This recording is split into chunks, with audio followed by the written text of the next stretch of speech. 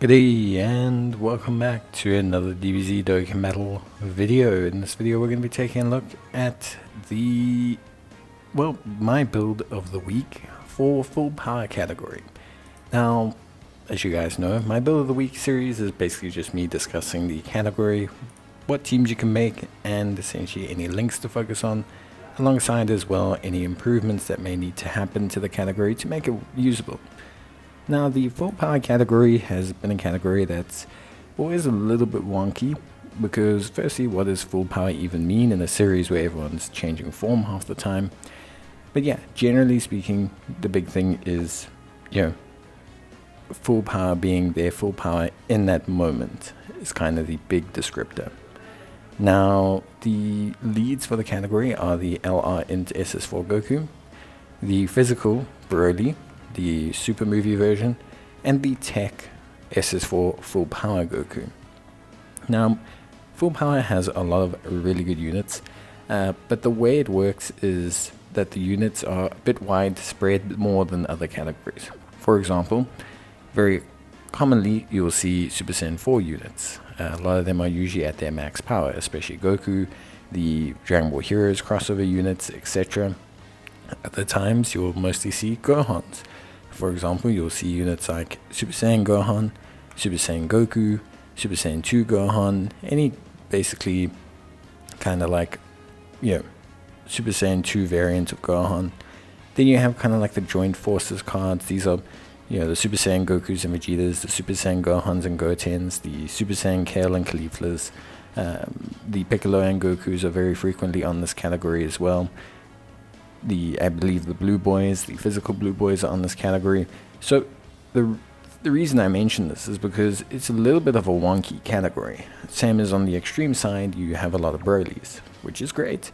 You also have a lot of Bojacks, you have a lot of Freezers, you have a lot of Cells, you have like all one or two variants of the same villain transformation. So in terms of team build, it's a little bit difficult to kind of build the perfect team.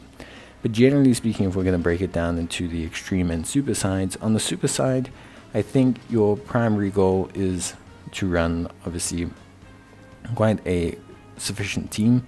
Power Awakening Piccolo helps you with Ki a lot of the time. I believe, physical Ultimate Gohan is still a fantastic choice as a floater. I would avoid using, honestly, some of the crossover units. Especially the full power SS4 units require crossover units on their team.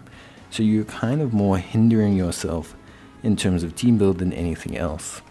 On the extreme side, things are a little bit more difficult, but you can make a relatively strong case. If you, for example, mesh up two Freezers together, I believe Cell can link up relatively well with Bojack.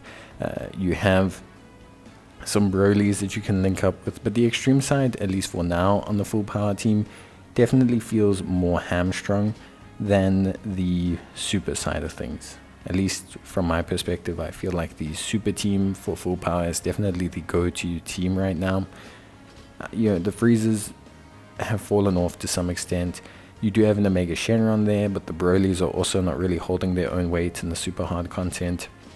The extreme side can be a lot of fun, but also is probably the most inconsistent. And considering that they only have one lead in Super Broly, I think they're a lot more limited as a team. On the super side, you've got at least two leads, which does help out. And you do have a lot more options. You also have a bit more Super Saiyans that can kind of mesh together. Super Saiyans link relatively well with SS4s. You've got Piccolo, who kind of doesn't need linking. You've got World Tournament Goku, who doesn't kind of need linking. You've got all of these kind of various options here. Speaking of links, because of the widespread diversity of the units, links are a little bit difficult to kind of come by. Generally speaking, I would say we're looking for things like Super Saiyan.